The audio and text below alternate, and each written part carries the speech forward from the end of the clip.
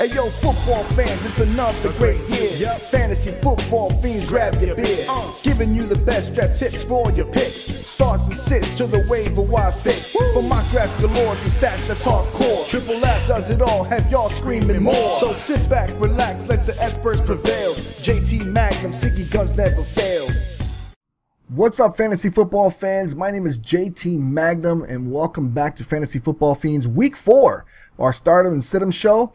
I'm here again with my co-host Siggy Guns, and we are ready to kick off all your starts and sits and sleepers and waiver wire picks and everything else for you. Real quick though, I want to let you guys know the rankings that I used to have on the ticker at the bottom are now no longer there. We are putting them on the website every Wednesday. So after you see the show every Wednesday, you'll see that the rankings will go up on the website along with the Stardom and Sit 'em, along with more in-depth starts and sits on the website as well. So let's get this started and let's go into the injury report. We have Ben Roethlisberger, who got hit in the knee and has a sprained knee. Lucky for him, because he's out, I believe, 4 to 6 weeks. Drew Brees, still, we're not sure about him. He doesn't look like he's going to play this week either. Luke McCown has been playing in his stead. DeMarco Murray, who did not play, he was inactive this past week. He's still hurt with a hamstring. He did practice. Today is Tuesday when we're doing the show. He did practice today. That's a good sign of him hopefully playing this weekend. Devontae Adams got hurt in that Green Bay game. He is out. I'm not sure how many weeks, but I know he re-injured his ankle. I'm not sure if it was I believe it was a sprain. I'm not sure if it was a high ankle sprain or low, but I know he's going to be out at least, I think, 2 or 3 weeks. I'm not sure. Marshawn Lynch is also hurt. Do you know what Marshawn Lynch's was? I don't know his. Hamstring? Yeah, and hamstring, yeah. Yeah, so he was out. Well, he did. I think he left the game, right? He started the game, but then he left. Sammy Watkins actually left the game early as well this past weekend. He has a mid-calf strain or something like, I believe, like that. He did practice, so that looks good for him to probably play this week. And LaShawn McCoy actually was scratched from the game with a hamstring, and Ryan Matthews played in his stead. So keep an eye on those players. I'm not sure if I missed one. I'm sorry. We'll get through that during the week, probably on the website. If we find out any more injuries or anything else happens, you can look for updates on the website. Let's get into Rewind. Let's get into the starts, the good start of the week. My good start of the week was Andy Dalton, and he scored 30.32 points according to NFL.com. Siggy's good start was Cam Newton, 29.90 points. My bad start of the week was Jordan Cameron with 1.60 points.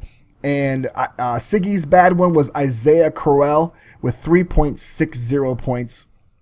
Nah, CJ Anderson was worse, 1 point. The sits, yeah, but I don't count them when they leave with injuries. Most of the time, it depends. But the sits of the week, the good sit of the week for me was Alfred Morris at 1.90 points. Your good sit Siggy of the week was Vernon Davis with 0 points. he did leave the game, and also injured as well, but 0 points. Go ahead. That Miami defense also, that was a good one because they got -6 on standard leagues. Yeah, I didn't count defenses because I had Dallas, I think, as a sit as well, and they ended up with -3. So that was pretty good too, but I don't really put defense. I like to put the players on there because defenses, people are iffy about that. But the bad sits of the week, I had Steve Smith Sr. as a sit, and he scored the second highest fantasy points at 30.60. I am sorry if I told you to sit him and you did. And Siggy's bad sit wasn't as bad as mine, but it was Joe Flacco at 20.48 points for the week. So let's get right into Adam and Bagum. Who's your first Adam and Bagum? Let's go for it. Carlos Williams, running back for the Buffalo Bills. I will go ahead and say Adam. The reason why is because we've seen hamstring injuries linger through for longer than just 1 week, 2 weeks. Obviously, LaShawn McCoy's been dealing with this since preseason apparently, and it's already been a month and a half since he's been dealing with it. Now he's finally missing another game, and now Carlos Williams is going to be at it. So the reason why I say keep him after the waiver wire, everybody's going to be wanting him anyways for this week. but keep him, because I don't know if this is going to linger with McCoy for a long time. This is one of the concerns they had about him whenever he came from Philadelphia, was his health, and sure enough, he looks like he's starting to break down finally. Yeah, my first Adam and bag. And then on the back. Oh, go ahead.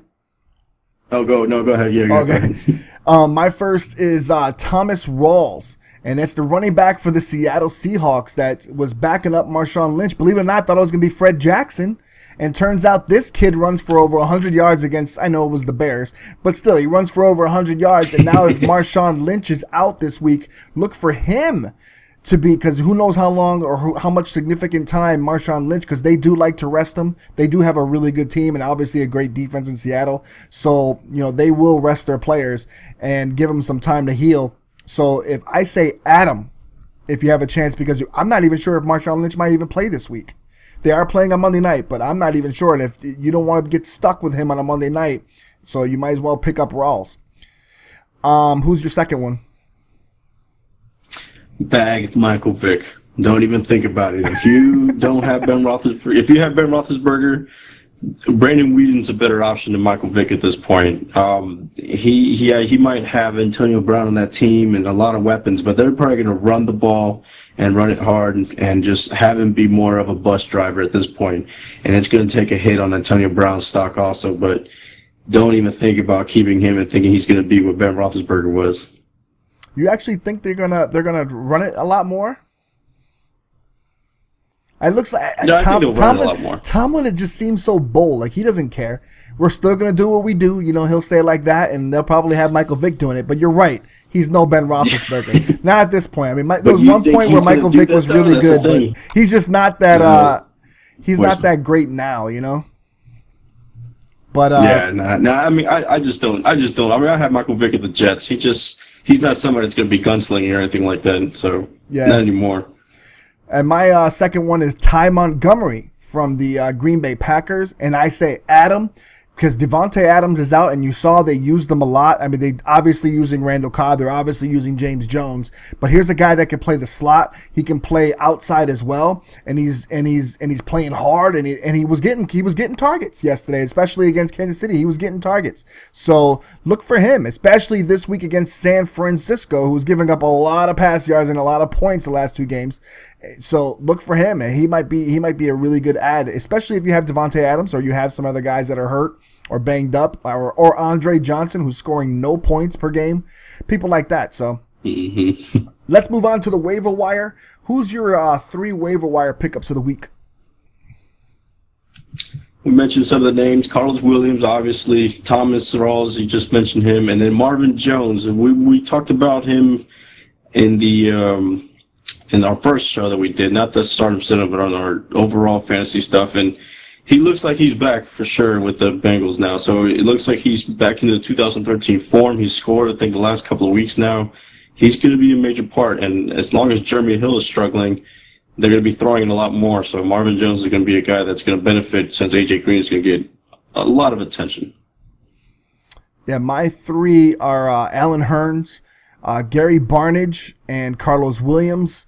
If you haven't picked up Carlos Williams by now, I mean, he was scoring to begin with, but he's probably the hot waiver wire pickup of the week, especially with that 100-yard game. But Allen Hurns, big, tall wide receiver from Jacksonville. You remember him from last year? He was a waiver wire pickup pretty much last year. And now with Allen Robinson stepping up and Cecil Shorts playing well, Allen Hurns finally had his really good game last week, and now he's going to be a hot commodity, especially with a lot of people keying on Allen Robinson. He's going to get the open look. So if you have other players, like I said, that suck at wide receiver for you, take a chance on Allen Hurns.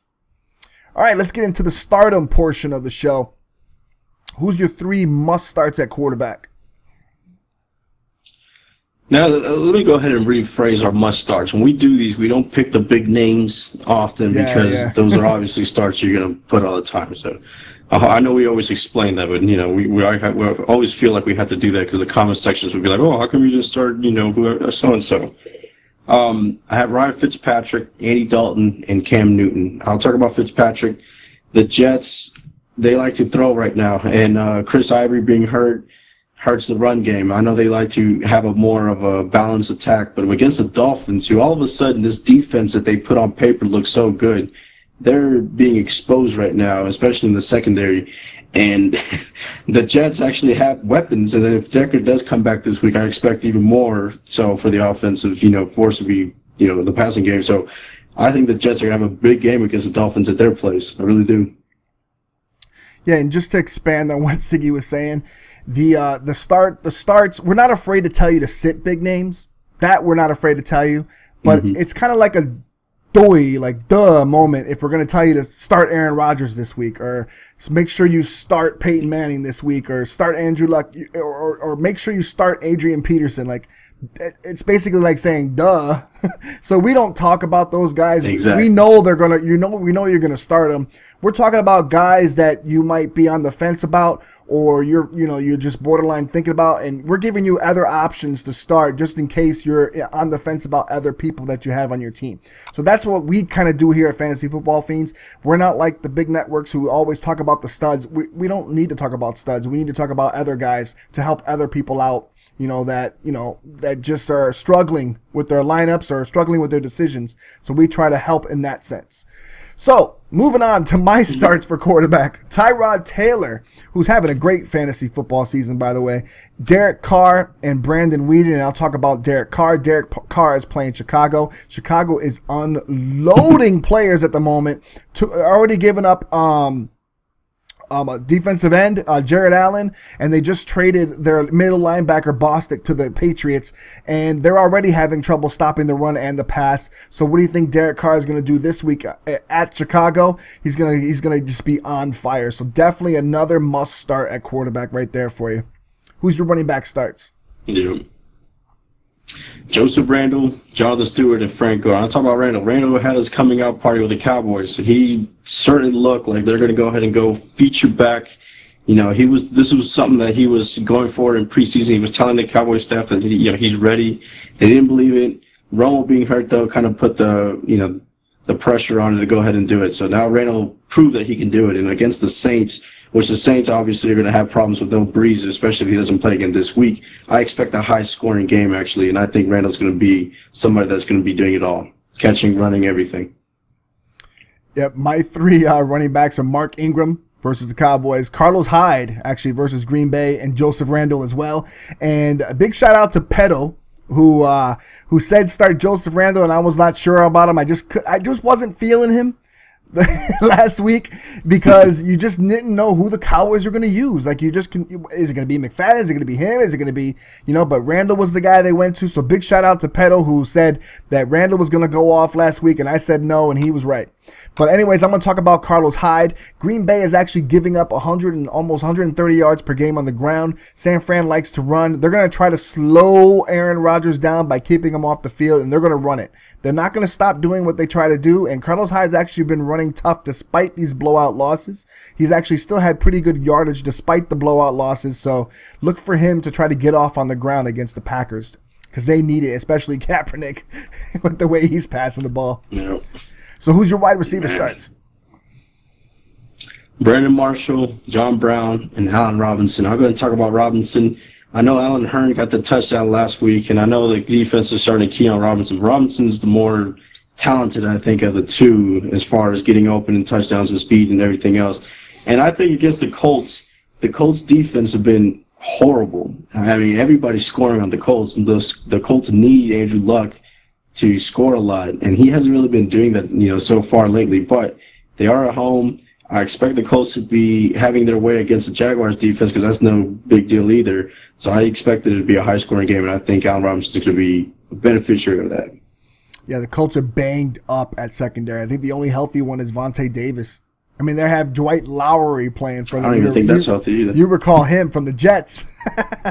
So, my wide receiver starts with James Jones at San Francisco. Marvin Jones versus Kansas City, and Terrence Williams in New Orleans. I'll talk about Marvin Jones. He's coming back from that injury that he had last year, and he's actually playing very well. If it wasn't for A.J. Green scoring like 3 touchdowns and 200-something yards. I mean, Marvin Jones had himself a good game as well, along with a touchdown. Had a good game before with a touchdown too. So look for him because they're going to be trying to double team and key on A.J. Green a lot. That leaves Marvin Jones empty. So, and Kansas City right now is hurt at secondary. The only guy pretty much healthy is Marcus Peters, and that's the rookie. And he's doing well, but he's going to probably be matched up with A.J. Green. So look for Marvin Jones. So who's your tight end starts of the week?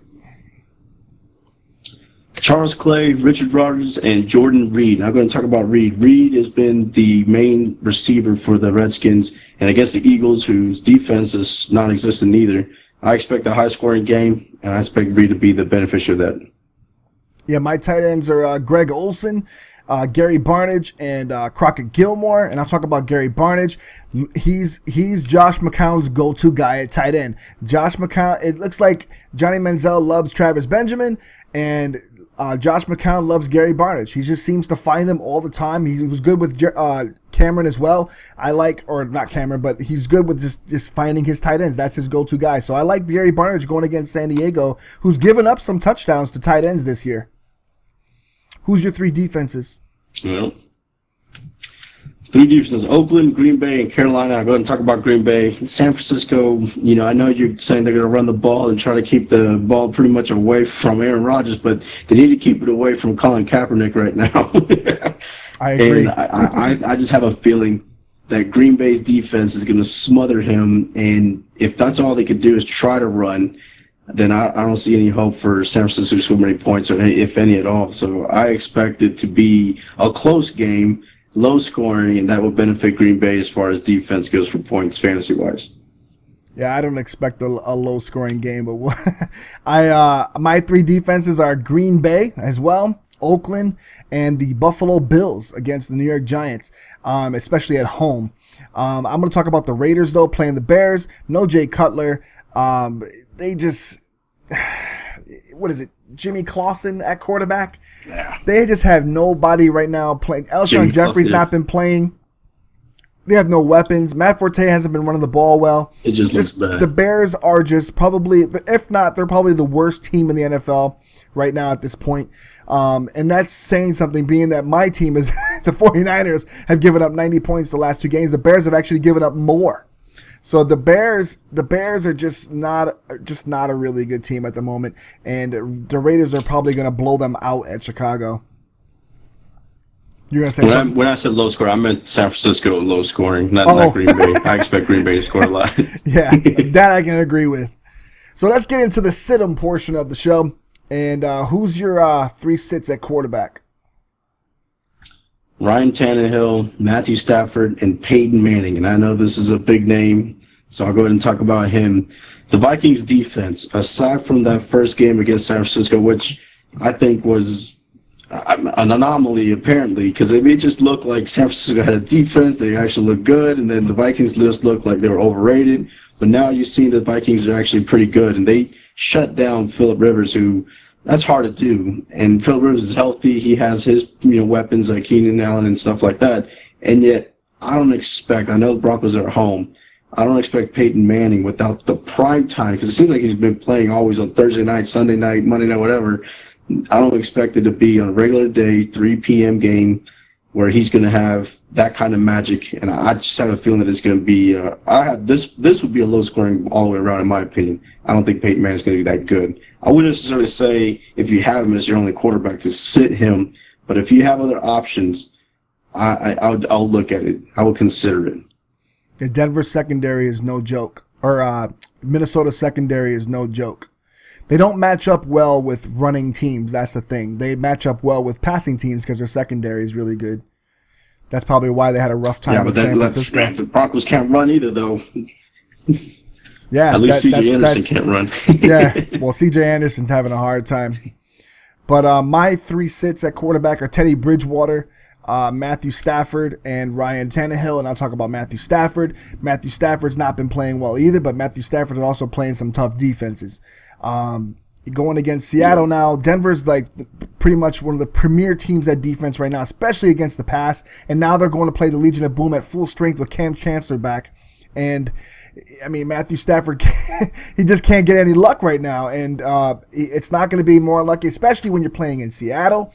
So look for him to have just a rough game against the Hawks on Sunday, or actually Monday. Your running backs. Yep. Who's your 3 sits at running back?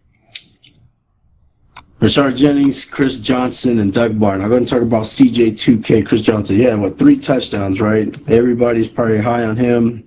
But the Rams defense is actually pretty decent. And I know they haven't been showing, they're Jekyll and Hyde right now. But I expect this game, especially the Cardinals being who they are, I think they're going to be throwing more often than not. Larry Fitzgerald has been, resurrected, it seems. And I think the Rams are going to be keen on some of them. And it should free up CJ, but I got a feeling it's going to be Johnson this time that's going to be the one that they use more. I just have that feeling. I don't know if Chris Johnson fans are going to like me saying that, but I just have a feeling that it's going to be a bad game for him.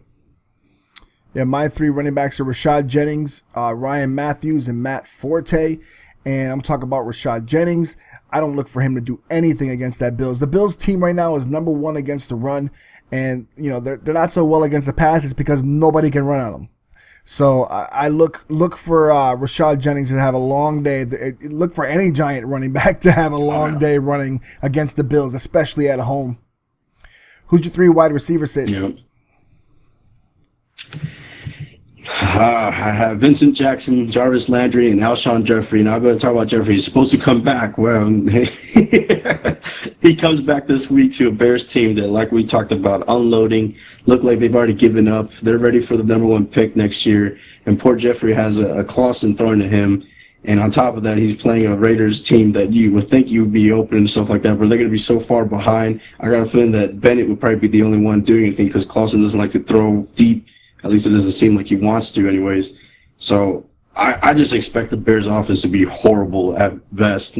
Not, what is it? Didn't they punt every possession? It wasn't it 3 and outs every time or something? They were horrible last week. I mean, they were playing Seattle.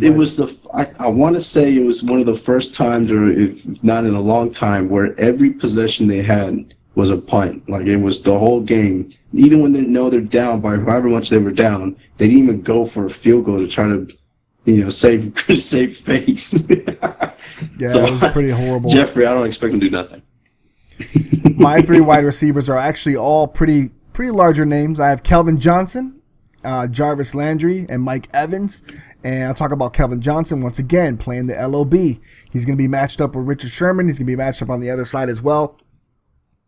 No matter where he goes, now that Cam Chancellor is back there, it's harder for wide receivers to catch balls. It's going to be a rough day for Calvin Johnson all day long. It's going to be a rough day for wide receivers in general for Detroit all day long because Seattle's defense is they're already back on pace. And stopping the pass. So it's rough to play in Seattle too. So if you have Calvin Johnson, I would try another option. Who's your tight end sits? I'll trade him at this point. Larry Donnell, Jordan Cameron, and Jared Cooks. And I'll talk about Cooks. Man, I remember when Cooks was like the guy that the Rams would love to throw to. I would think with Nick Foles, he'll be the guy, but man, he just looks lost out there. I don't know if it's just the team right now or what, but the Rams are looking bad, and I just don't see them doing anything against the Cardinals defense, which is pretty good against the pass. Yeah, I have Zach Ertz at Washington, Eric Ebron, another guy at Seattle, Owen Daniels versus Minnesota. I'll talk about Zach Ertz. The Redskins defense has been surprisingly good, like just ridiculously good. And I don't know what they're doing different or what's going on with them, but they're playing really tough football. Philadelphia is struggling on offense, and they're not getting the ball to Zach Ertz. So if you have Zach Ertz, it's probably time to just get rid of him, period. They're just not throwing the ball to his way. You probably want to pick up guys like Gary Barnidge or Crockett Gilmore or some of these other players that are actually getting targets. Who's your 3 defensive sits? Houston, San Francisco, and Washington. We just talked about Washington being a good defense and stuff like that. The Eagles' offense has been struggling. There's no secret about that. They scored a couple of special teams, or they scored a special teams, and then they did get a touchdown off of a special teams player, a defensive player. I guess whenever Brandon Marshall tried to do some behind the back, whatever he tried to do with the Jets. But I got a feeling that the Eagles are going to eventually show up. I can't imagine that this offense is going to be dormant the whole season. And the Redskins defense on paper is doesn't look good, but has been playing very well, like we were talking about. I just have a feeling, though, that this is going to be it. The Eagles are going to come out. They're going to show everybody, hey, we do have this offense, and it could be this game. Yeah, I wouldn't take the chance, I guess. It's Russian roulette right now. My three defensive sits are Kansas City at Cincinnati, Houston Texans at Atlanta, and the Rams at Arizona. And I'll talk about the Chiefs. Right now, they can't stop anybody. They can't stop anybody on defense. And I know they played Aaron Rodgers. I get it. But right now, Cincinnati's coming in one of the hottest teams on offense as well. And they're playing at home. And the Chiefs are hurt in the secondary. Another chance for A.J. Green, Marvin Jones, Sanu, and the running backs as well to go off. So I do not like the Chiefs this weekend. The only thing they might be good for is maybe a special teams touchdown here and there. But they're not even doing that well either. So I don't like the Chiefs this week. Who's your three? Oh, sorry. We're moving to the sleeper portion of the show. Who's your three sleepers of the week? Ted Ginn or is it Jen? I never get that one Ted right. Ginn Jr. Yeah, Ted Ginn. Yes. Luke McCown, if he plays, I got to emphasize if he plays, and Gary Barnidge. I'll talk about Luke. The Cowboys and the Saints, every time they play each other, I know it's always Drew Brees normally, but this time, if it's not Drew Brees and it's not Tony Romo, you would expect the game to be boring and just no scoring at all. But Luke McCown actually threw, I think, 300 yards against the Panthers, which Panthers defense is actually pretty good. So I have a feeling that this is somebody that at least the Sean Payton offense can put up a lot of points regardless of who the quarterback is, or maybe it's just he's been studying for so long behind Drew Brees that he knows everything. I got a feeling that if he plays, he actually would do good against the Cowboys. I think the Cowboys were exposed by the Falcons as their defense, some of the holes, and I think the Saints will find it. And also, Sean Payton knows the Cowboys pretty well since he was part of that organization for a long time. So I just have a feeling whenever they match up, Luke McCown can go off. Yeah, my three sleepers are Melvin Gordon. You just talked about him, Luke McCown, and Ty Montgomery. And I'll talk about Melvin Gordon. Melvin Gordon's playing the Cleveland Browns. Every week, I keep telling you guys, every week, whoever plays the Browns and is running the ball is going to go off on the Browns. Latavius Murray did it. Just pretty much anybody who's played the Cleveland Browns has got a 100-yard rusher, it seems like. So look for Melvin Gordon to break out this week against the Cleveland Browns, because they just can't. They haven't been able to stop the run since last year. They haven't been able to stop the run, and I will keep telling you to start a running back against them until they stop, because they haven't been able to stop anybody since last year, like I said. So Melvin Gordon is probably as sure as you're gonna get at 100 yards and maybe a couple touchdowns this week. All right, so that does it for the Stardom and Sit 'em show for week 4. Please leave your comments in the comment section. Please don't forget to tweet at us at JT_Magnum816 at 816 and at Siggy V. Don't forget to comment, leave your questions and stuff in the comment section. Don't forget to catch the live show. I try to put it up on Saturdays at 7 p.m. Maybe Siggy might be able to join me for that. Maybe not. We'll figure that out as the time goes. And don't forget to go to the website for all the rankings and the more in-depth starts and sits for your week 4 matchups. All right? So for Fantasy Football Fiends, JT Magnum and Siggy, we are out. Peace, y'all.